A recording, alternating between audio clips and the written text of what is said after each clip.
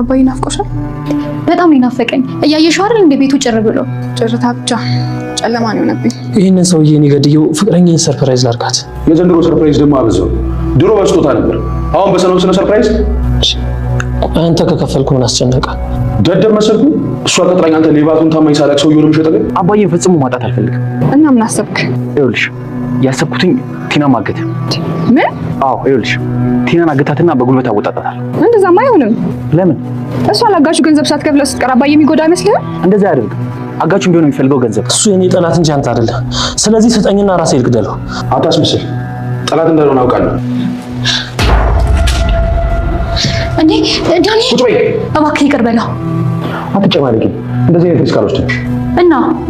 እናማ ገንዘቤን ከፍለሽኝ ሰውዬ እስክትረከቢኝ እሱ ምን ይቆያል? ለማገቻ የሚሆን አንዳንድ ማቴሪያሎችን ገዝቼ እመጣለሁ። ከመጣሽ ጠብቂያት እንዳትወጣ። ዛሬ ደግሞ አንተ ልትገለኝ መጣ። ግን አባዬ ትለኛለህ። እኔ መጣሁት ላድን ነው። ግን አላጠንከኝም። ከአቅሜ በላይ ሆኖ ያንተ ዕጣ ደርሶኝ እያየኸኝ ደጋግመህ ልትገለኝ እንደምትፈልግ ነው የምትናገረው። ግን ምን አድርጌ ነው? ማስመሰል ስለነበረብኝ ነው። እንደምገልህ እንጂ እንደማድን ቢያቅ ዝም የሚለኝ ይመስላል። ቲና ራሷ ሳትቀር ነበር የምትገለኝ። እንዴት አምናለሁ? እስካሁን በጉዳዩ ላይ ለምን ፖሊስ እንዳልገባ ታውቃለህ? ለምንድን ነው? እኔ ለትሁትና ለካሌብ አንተ በትና እንደታገትክ ነገርኳቸው። ግን ያው ምንም ችግር ሳይፈጠር አንተን ለማስፈታት ነው። እገልሃለሁ። ቀድሜ ካልሞት ትችላለህ። ሁለታችንን የምትለቀን ከሆነ እከፍልሃለሁ። ይህንን እንኳን ማድረግ አልችልም። ትሁቴ መሽቷል፣ ሂድ በቃ። እኔም ልሂድ።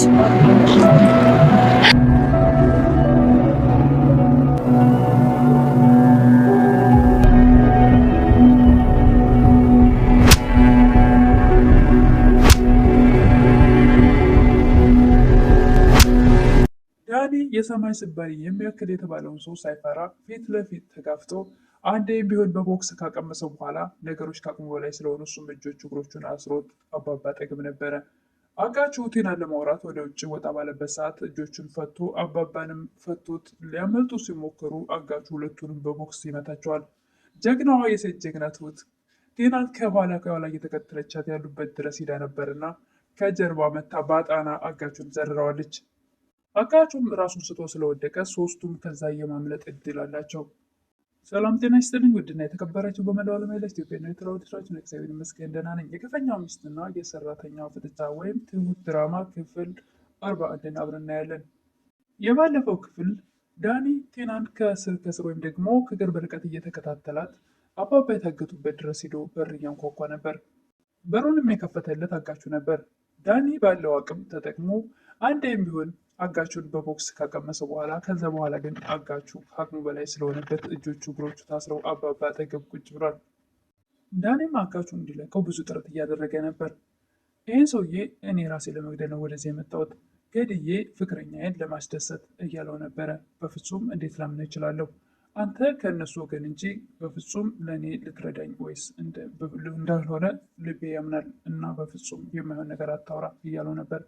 እኔ እኮ ከቲና ጋር ተስማምተን ሁለታችንም ይህን ሰውዬ ያሳሰርነው ወይም ደግሞ እንድታገተው ያደረግነው እያለው ነበረ። እኔ እኮ የቲና ፍቅረኛ ነኝ እያለ በተደጋጋሚ ቢለው በፍጹም ሊያምነው አልፈለገም።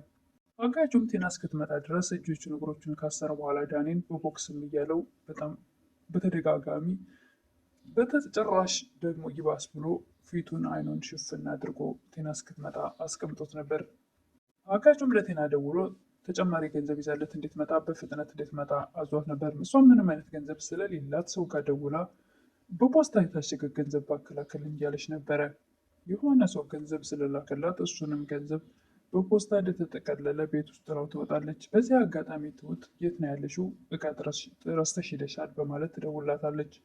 እሷም ለማቀበል ትፈልጋለች። ትሁትም የተጠቀመችው እሱን እቃ በማቀበል ከኋላ እየተከተለች ለመሄድና ታምር ለመስራት ነበር። ትሁትም ታምር ሰርታለች በእውነት።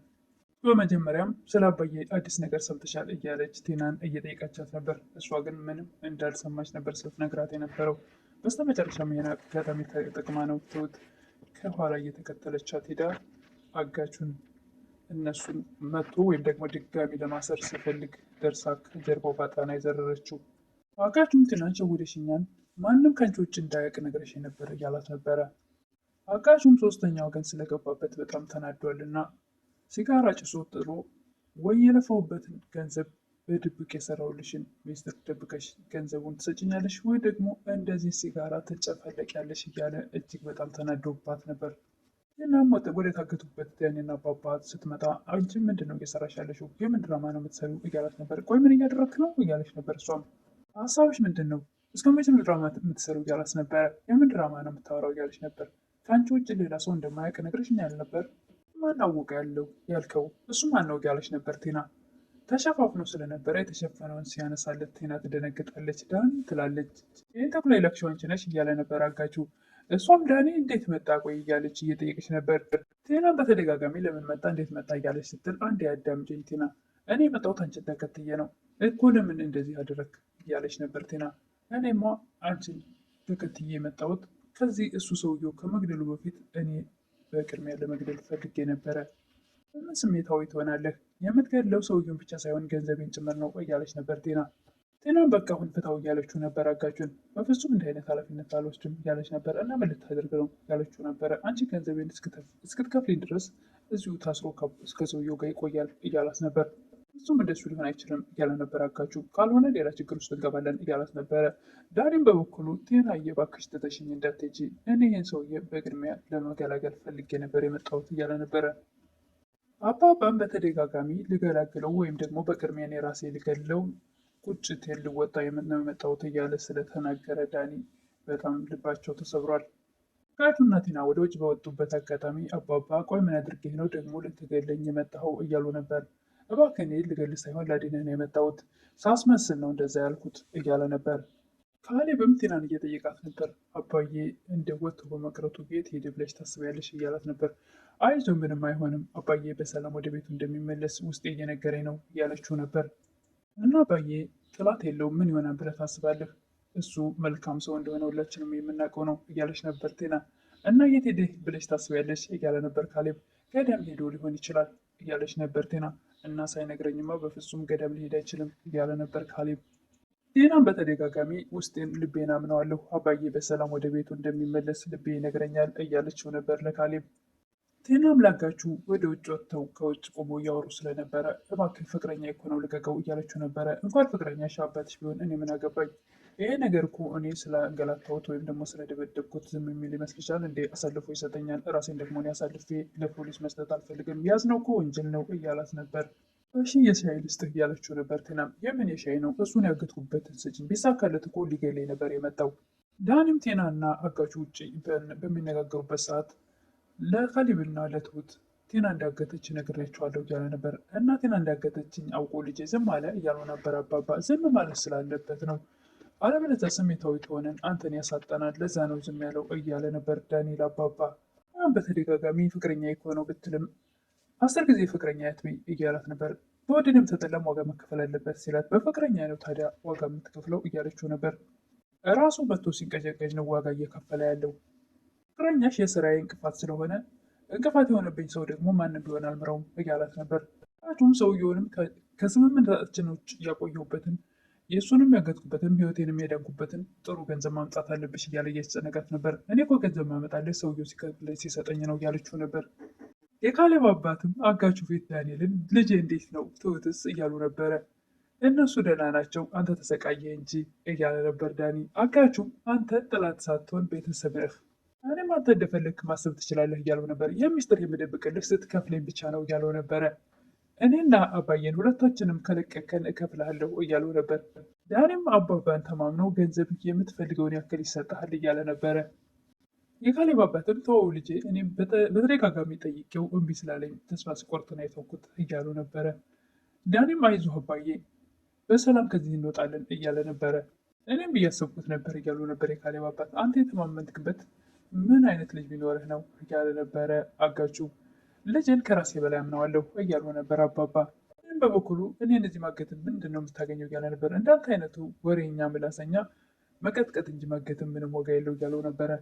ለገንዘብ ብለህ ነው እገታውን የሰራኸው እያለ ነበር ዳኒ። አዎ ገንዘብ ያስፈልገኛል፣ ገንዘብ ከሆነ ፍላጎት ገንዘቡን እኛ እንሰጥሃለን፣ ልዩነቱ ምንድን ነው እያለው ነበር ዳኒ። ትሁትም በፖስታ የታሸገውን ገንዘብ ረስታው ስለወጣች ቲና እሷን ለማቀበል ወጥታ እያጣራቻት ነበር። ትሁቴ ስለ አባዬ ጉዳይ አትጨናነቂ፣ ገዳም ገብቶ ይሆናል ትላታለች። እንዴ ገዳም ቢሆን ታዲያ ዝም ይላል እንዴ እያለች ነበረ። ቲናም አይ ምናልባት ጥሞና ውስጥ ሆኖ ይሆናል ግን ገዳም ሄደዋል ሳይሆን ቤተሰቦች ታግቷል የሚለው ሀሳብ ላይ ጸንቻለሁ እያለቻት ነበር። ቴና ምን ትላለች? በዚህ ሰዓት ትደነግጣለች። ደግሞ እሱ ማን ያግተዋል ብለች ነው እያለች ነበር ቴና። ገንዘቡን የሚፈልግ ነው የሚያውቅ የውስጡን እያለች ነበረ። እባክሽ ቴና አባዬ እንዳይጎዳበት የምትሆን ሀሳብ በሙሉ አቅርብ እያለቻት ነበረ። አሁን መሽቷል ሂጂ፣ እኔም ይህን ፖስታ ይዤ ቶሎ መሄድ አለብኝ ብላ ጥላት ትሄዳለች።